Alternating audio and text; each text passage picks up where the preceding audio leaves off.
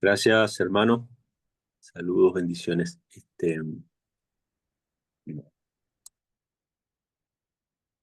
Bueno, Dios les bendiga.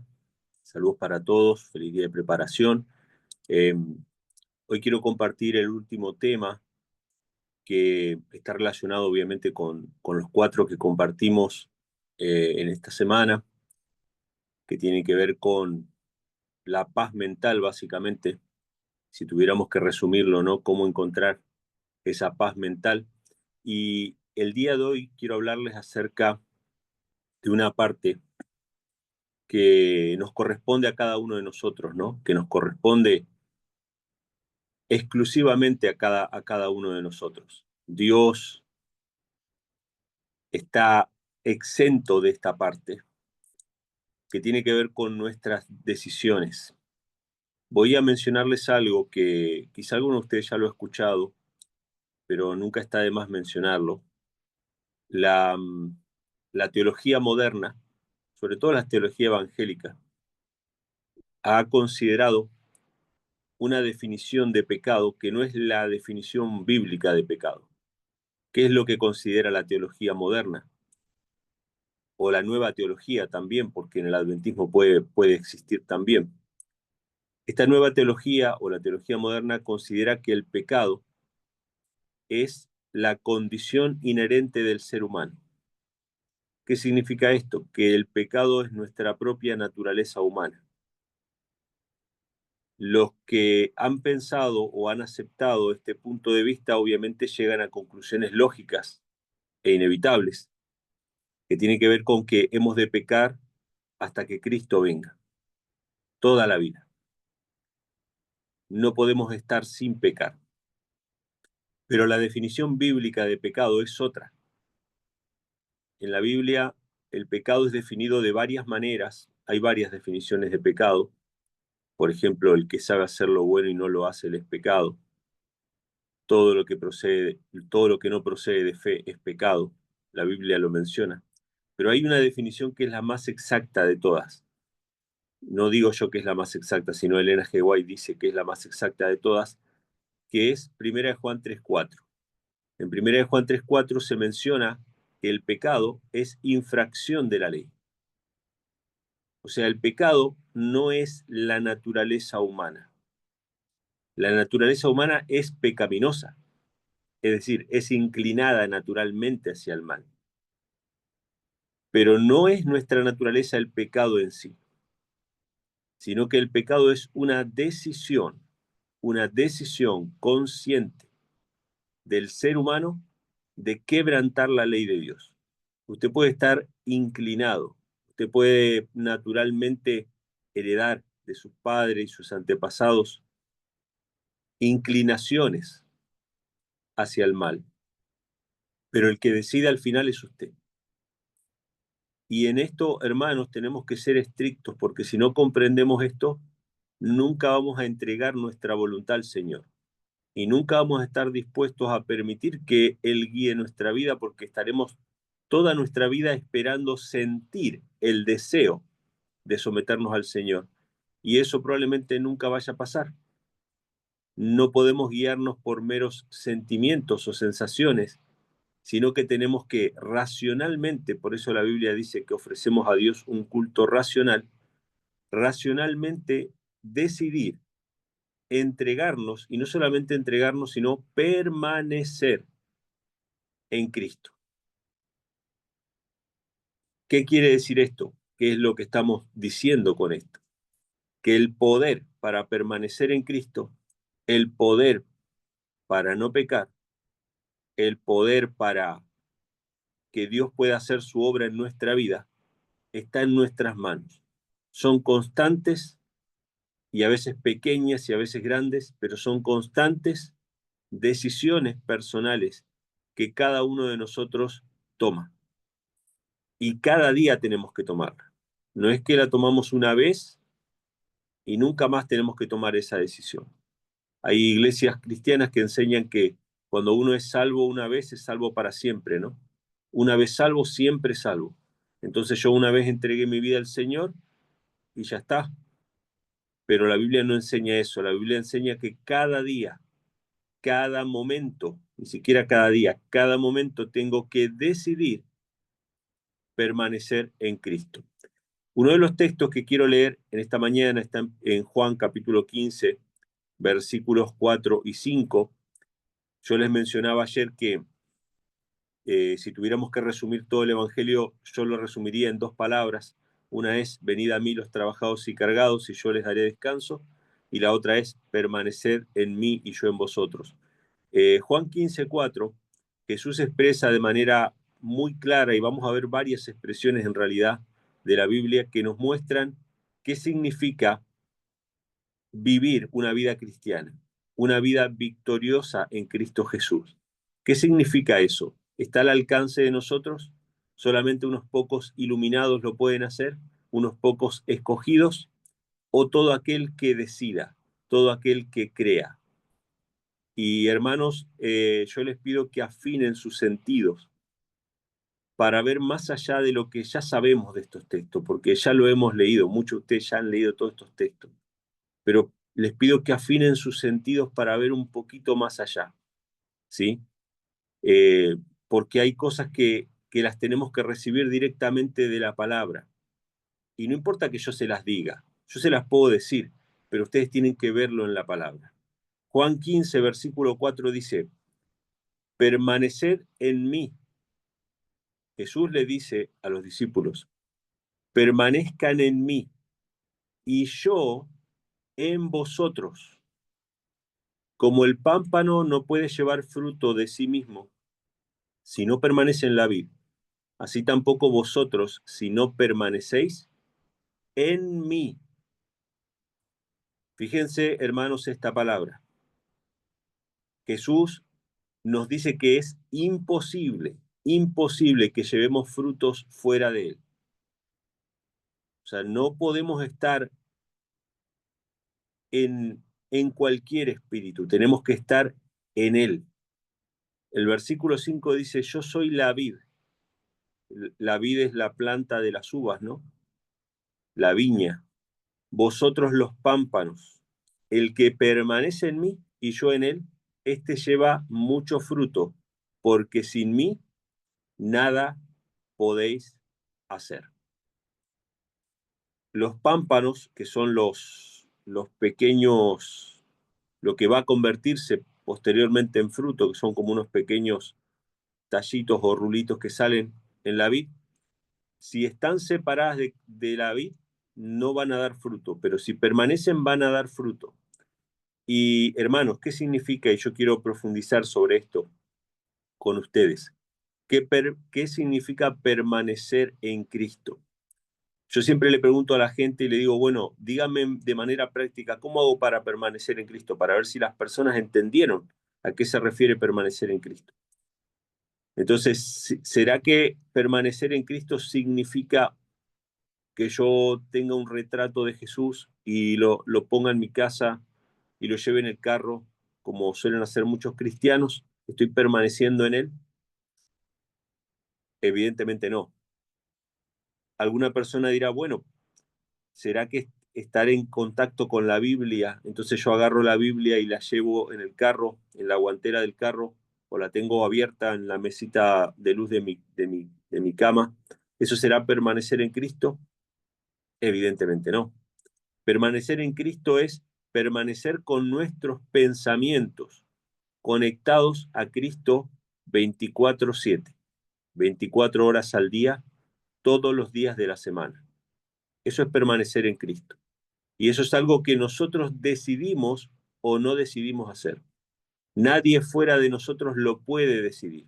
Nosotros podemos decir, bueno, hubo circunstancias que me alejaron, hubieron personas que me dijeron tal cosa, influyeron negativamente en mí. Yo puedo decir todas esas cosas, pero al final somos nosotros los que decidimos estar en Cristo.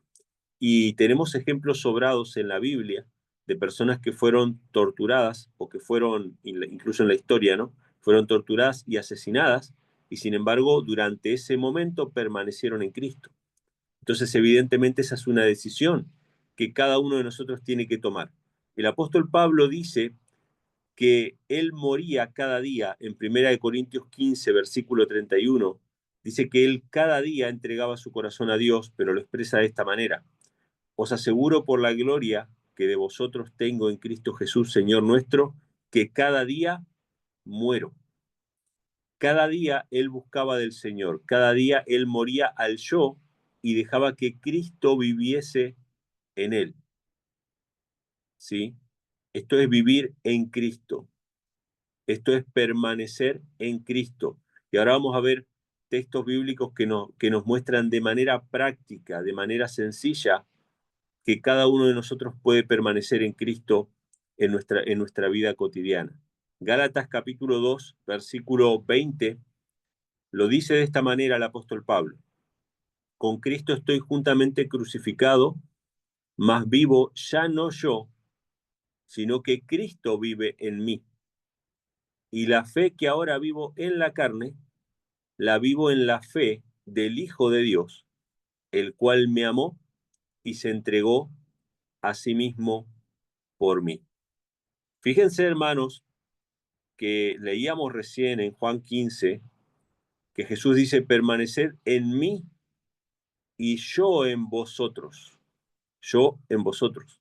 O sea, Jesús quiere morar en nosotros. Y el apóstol Pablo dice: ya no vivo yo, porque obviamente él cada día muere, él cada día entrega su propia voluntad a Dios. Ya no vivo yo, sino que Cristo vive en mí.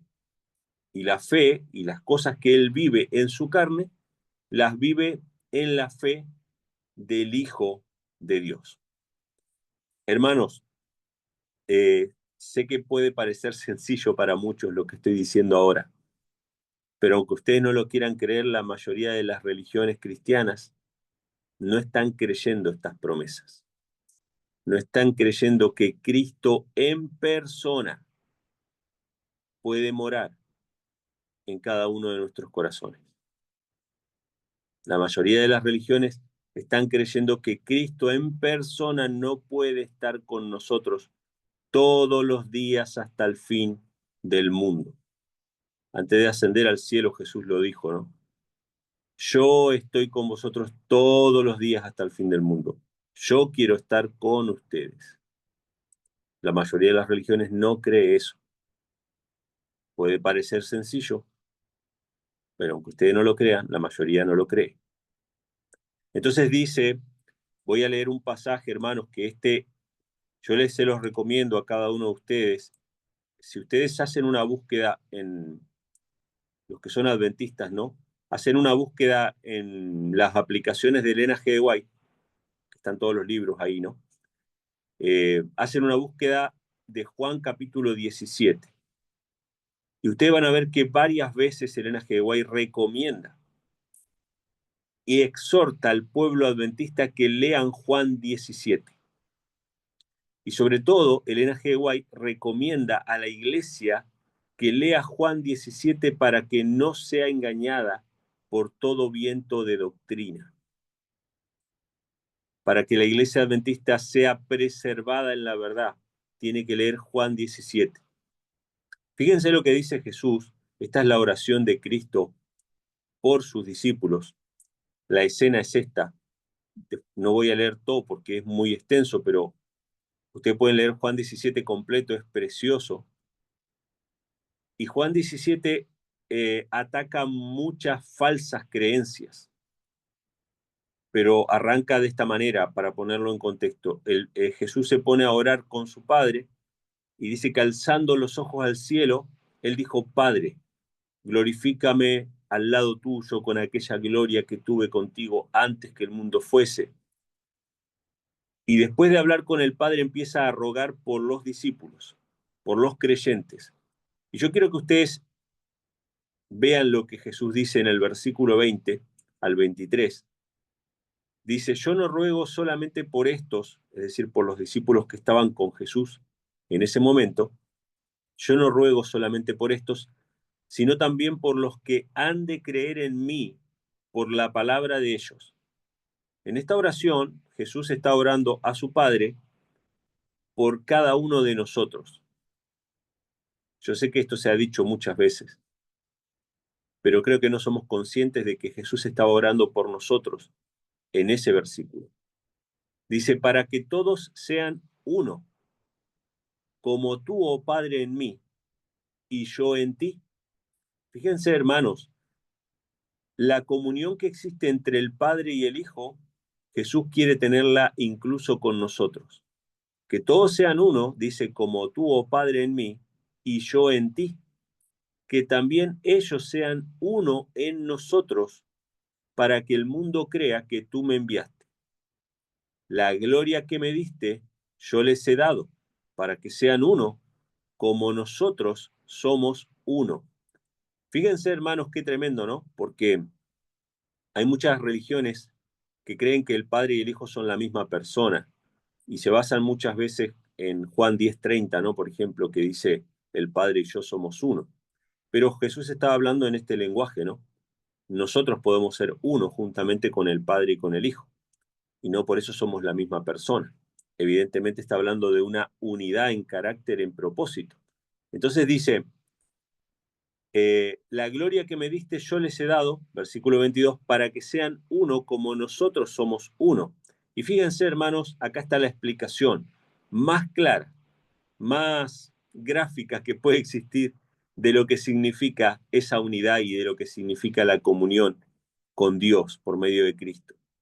Dice, yo en ellos y tú en mí, para que sean perfeccionados en uno y para que el mundo conozca que tú me enviaste y que los has amado como también a mí me has amado. Qué tremendo, hermanos. ¿Qué significa permanecer en Cristo? Dice, yo en ellos y tú en mí.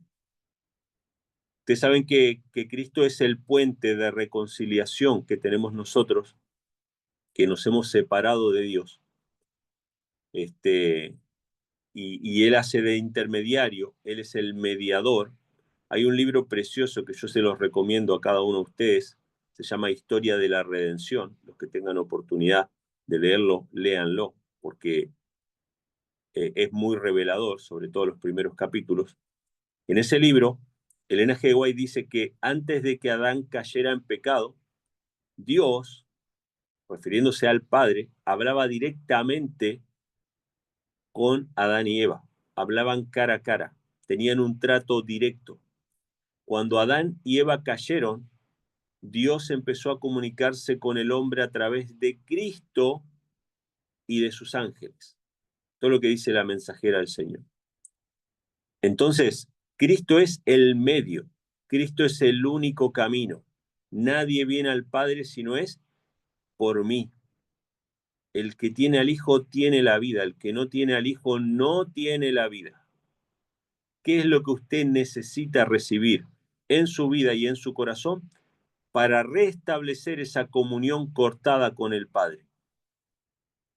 No hay dos caminos, no hay tres caminos, hay uno solo, que es su Hijo. Yo en ellos y tú en mí, le dice Jesús al Padre. Entonces, fíjense, hermanos, cómo el apóstol Pablo habla acerca de este misterio. A mí me gusta cuando él habla acerca del misterio, porque no es un misterio oculto en el sentido de que nunca haya sido revelado, sino que es un misterio que Dios reveló en Cristo Jesús. Pero es un misterio en el sentido de que era el plan de salvación establecido desde la eternidad por el Padre y por el Hijo. O sea, ya estaba preestablecido este plan de salvación. Lo único que pasó cuando el hombre cayó es que este plan de salvación se ejecutó y se llevó a cabo. Y hubo un concilio para llevar a cabo este plan de salvación, que incluso los ángeles ignoraban. Cuando lean alguna vez sobre el plan de salvación en primeros escritos, van a ver ahí que cuando Cristo sale de interceder delante del Padre, que había estado 3 veces intercediendo para que el Padre aceptara enviar a su Hijo, Jesús le cuenta a los ángeles el plan de salvación. Y los ángeles se ponen tristes. Esto cuenta Elena G. White. Y dice que hay ángeles que dicen, porque amaban tanto a su capitán, a su maestro, que era Cristo, hay ángeles que dicen, yo voy a entregar mi vida por el ser humano. Ángeles ofrecieron entregar su vida para no ver morir en la cruz, porque ya estaba revelado el plan de salvación, para no ver morir a Cristo. ¿Y saben qué les dijo Jesús? Miren, la vida de un ángel no alcanzaría para pagar la deuda del pecado. La vida de un ángel no alcanzaría, porque la ley que fue transgredida fue la ley divina, y solamente un ser divino, solamente alguien que sea igual a Dios puede pagar esa deuda. Y no había otro igual a Dios, hermanos, que pudiera pagar la deuda. Solamente Cristo podía pagar.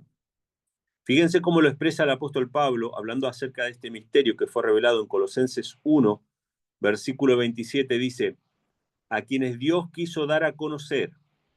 El apóstol Pablo dice, ¿no?, que él fue elegido como apóstol a los gentiles y por medio de él está dando a conocer el evangelio, a quienes Dios quiso dar a conocer las riquezas de la gloria de este misterio entre los gentiles, que es Cristo en vosotros, la esperanza de gloria.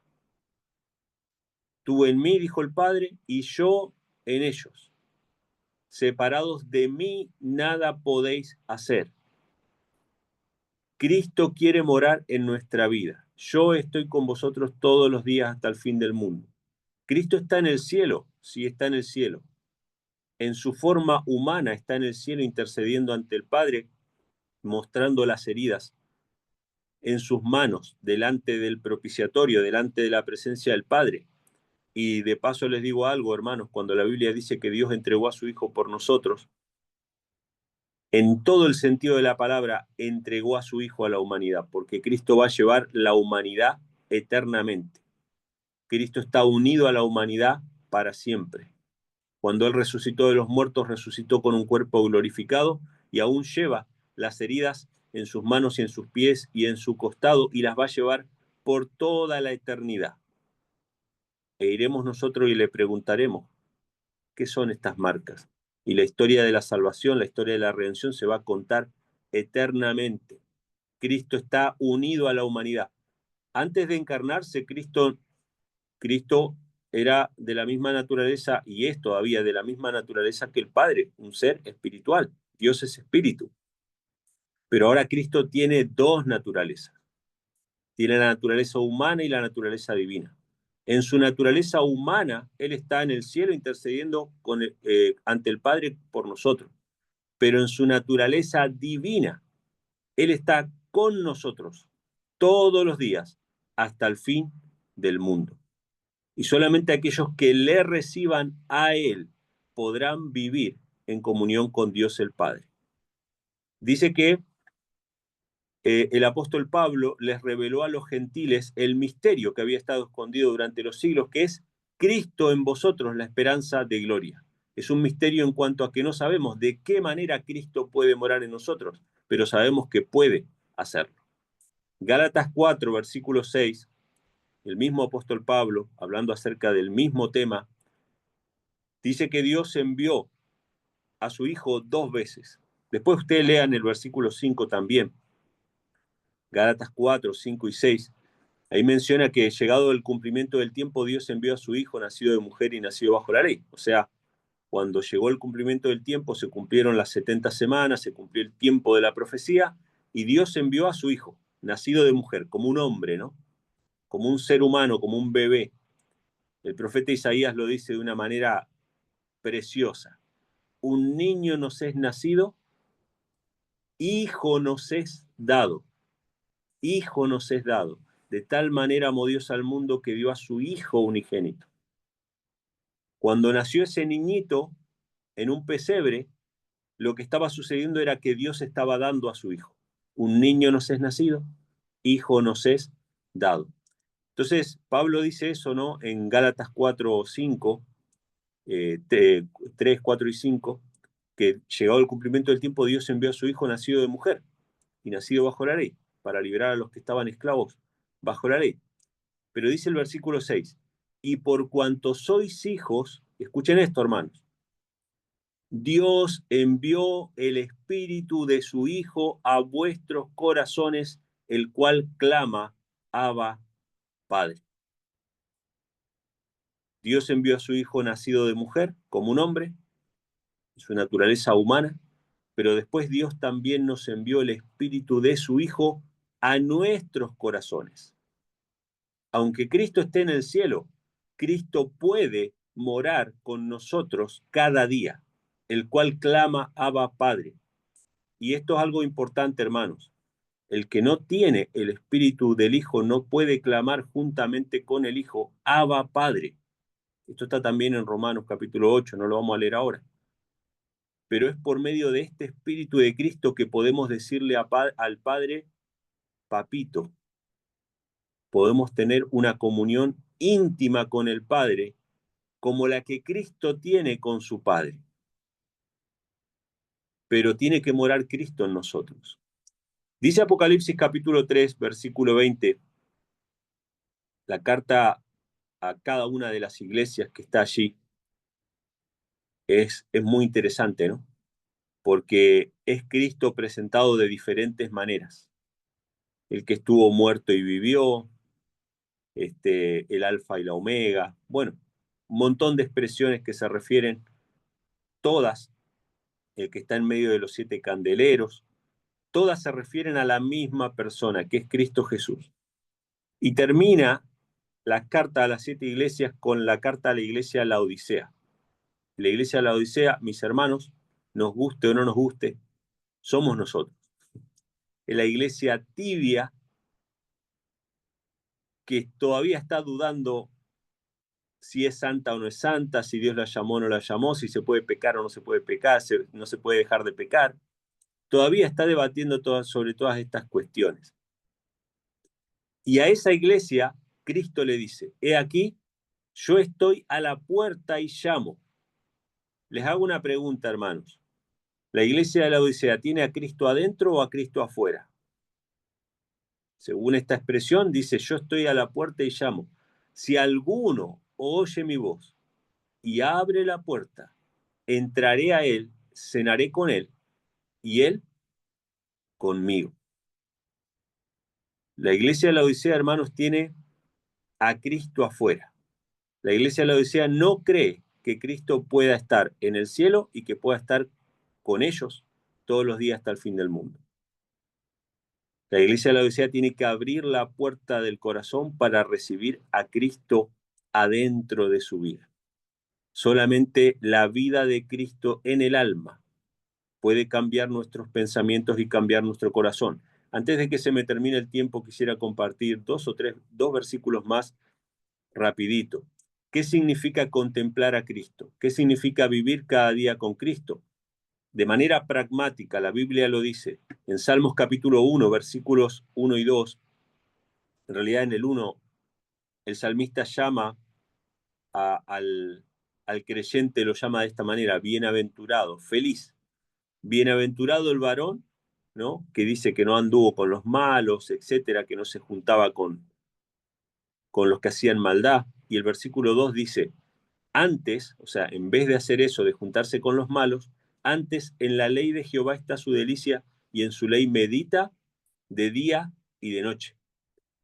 Permanecer en Cristo es permanecer en su palabra, es contemplarlo por la fe, es meditar en su palabra constantemente. Si ustedes se fijan, dice que en la ley de Jehová medita de día y de noche. No dice que medita los sábados a la mañana o que medita todas las mañanas, sino que constantemente, cuando nosotros estamos en el carro, cuando nosotros estamos trabajando, cuando nosotros estamos en diferentes circunstancias, estamos meditando en la palabra del Señor, porque todo a nuestro alrededor se relaciona con la palabra del Señor. Constantemente estamos contemplando a Cristo. Por más que no estemos haciendo un culto, no estemos, porque Dios no nos llama a nosotros a meternos en una cueva, ¿no? Como ermitaños, o en un convento, ¿no? A hacer una vida monástica, a exclusivamente meditar, ¿no? Dios nos manda a trabajar, Dios nos manda a servir, Dios nos manda a brillar en el mundo en el que estamos, pero en todo ese caminar podemos contemplar a Cristo meditando en la ley de Jehová, meditando en la ley de Jehová de día y de noche. Está escrito, ese es bienaventurado, ese hombre, dice que va a dar su fruto a su tiempo. Separados de mí, nada podéis hacer, pero el que permanece en mí lleva mucho fruto. Lo mismo que dice el Salmo 1. Salmo 119, versículo 11 dice, fíjense hermanos, cuando alguien alguna vez les pregunte si se puede abandonar el pecado o no, si se puede vivir en obediencia plena o no, aparte de los textos que hemos citado ayer, cuando Jesús le dice a los que son perdonados y redimidos, les dice, vete y no peques más.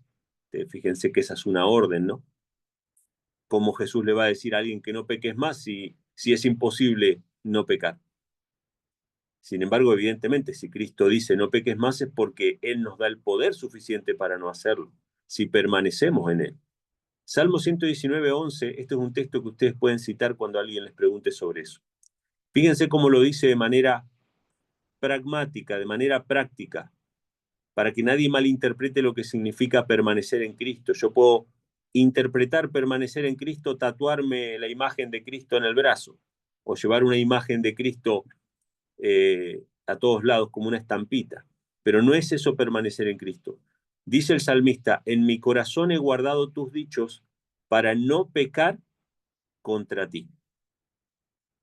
¿Cómo hacía David para no pecar contra Dios? En mi corazón he guardado tus dichos. En la ley de Jehová medito de día y de noche. La palabra del Señor es parte de mis pensamientos de manera constante. Los que estén contemplando a Cristo por la fe a través de su palabra, según el apóstol Juan, en 1 de Juan capítulo 3, no pueden pecar porque la simiente de Dios está en ellos. Y no voy a Amén. leer 1 de Juan capítulo 3 porque es muy duro.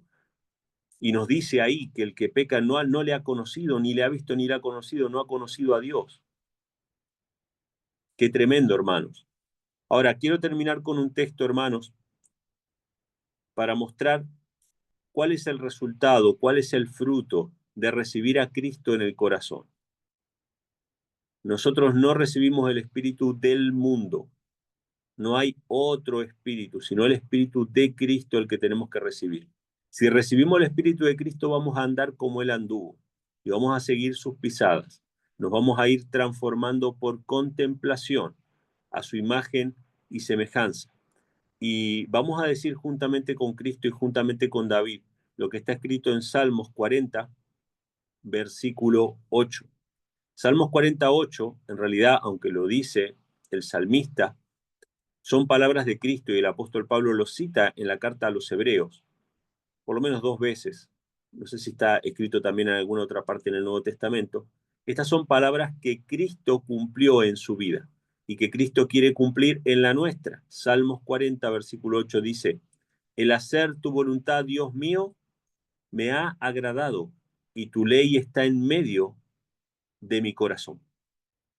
Cuando nosotros recibimos a Cristo en nuestra vida, cuando permitimos que Él haga en nosotros todas sus obras, nosotros vamos a llegar a amar, a hacer la voluntad del Señor. No va a ser una carga. Nuestra única tarea, nuestra única preocupación es permanecer en Cristo. Nosotros no tenemos que preocuparnos por otras cosas. No tenemos que afanarnos por querer cumplir 20 cosas o por querer cambiar nuestro corazón. No podemos hacerlo. Eso está imposible para nosotros. Lo único que podemos hacer es decidir permanecer en Cristo. Y Él va a hacer en nosotros, hermanos, el cambio imperceptible, a tal punto que digamos juntamente con Él que el hacer la voluntad de Dios es nuestro agrado, es nuestro gozo, que la ley de Dios es nuestra delicia, ¿sí? Y que su ley está en medio de nuestro corazón. Hermanos, que Dios nos dé fortaleza para constantemente decidir correctamente en favor de permanecer en Cristo. Que Dios les bendiga. Amén. Amén. ¿Nos puedes despedir en Amén, amén. oración, hermano Amén. Emanuel? Amén. Vamos a orar. Querido Padre, te damos las gracias por todas las cosas que nos das, pero sobre todas las cosas porque diste a tu Hijo, Padre, por nosotros. Y con Él todas las cosas que recibimos, Padre. Que tú no escatimaste el entregar a tu Hijo, que podemos confiar en ti, Padre, como un Padre amoroso. Sí, Señor. Perdona nuestras faltas, Padre. y hoy queremos reconsagrar nuestra vida a ti.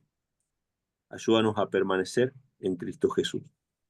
Danos, Padre, como dice el apóstol Pablo, el espíritu de tu Hijo, para que podamos decir juntamente con Él que nos agrada hacer tu voluntad. Nos ponemos en tus manos, Padre, en el nombre de Jesús. Amén. Amén. Amén. Amén. Amén. Muchas bendiciones, muy lindas.